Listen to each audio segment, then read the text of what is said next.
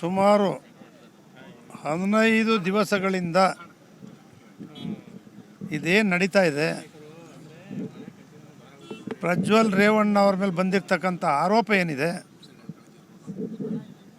ಈ ಬಗ್ಗೆ ರಾಜ್ಯ ಸರ್ಕಾರ ಏನು SIT ತನಿಖೆಯನ್ನು ಮಾಡ್ತಾ ಇದೆ, ಇದನ್ನು ಸ್ವಾಗತವನ್ನು ಮಾಡಿದ್ದೀವಿ.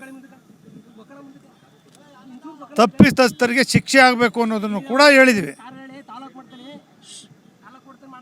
ನಾವು ಜೊತೆಗೆ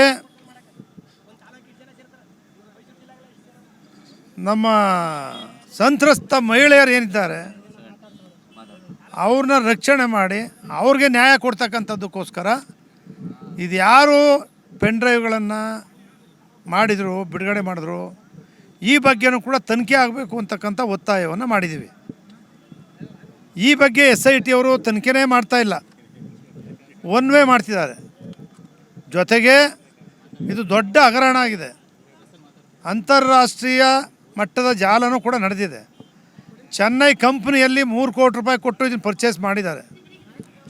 ಆಸ್ಟ್ರೇಲಿಯಾದಲ್ಲಿ ಲ್ಯಾಬ್ರೋಟ್ರಿನಲ್ಲಿ ಇದನ್ನು ಸೃಷ್ಟಿ ಮಾಡೋದು ಹೆಂಗೆ, ಕಾಪಿ ಮಾಡೋದು ಹೆಂಗೆ, ಎಲ್ಲವನ್ನು ಅಲ್ಲಿಂದ ಮಾಡಿ ಕಳಿಸ್ಕೊಟ್ಟಿದ್ದಾರೆ.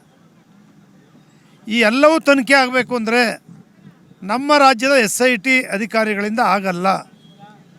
ಈ ಎಲ್ಲ ಕಾರಣಗಳಿಂದ ಈ ತನಿಖೆ CBIನಿಂದ ಆಗಬೇಕು ಅಂತಕ್ಕಂಥದ್ದು ನಮ್ಮೆಲ್ಲರ ಹೋರಾಟ, ನಮ್ಮ ಒತ್ತಾಯ. ಪ್ರಕರಣದಲ್ಲಿ ನೇರವಾಗಿ ದೇವರಾಜೇಗೌಡರು ಅವರೆಲ್ಲರೂ ಕೂಡ ಸರ್ಕಾರದ್ದೇ ಕೈವಾಡ ಅಂತಕ್ಕಂಥದ್ದನ್ನು ಹೇಳಿದ್ದಾರೆ.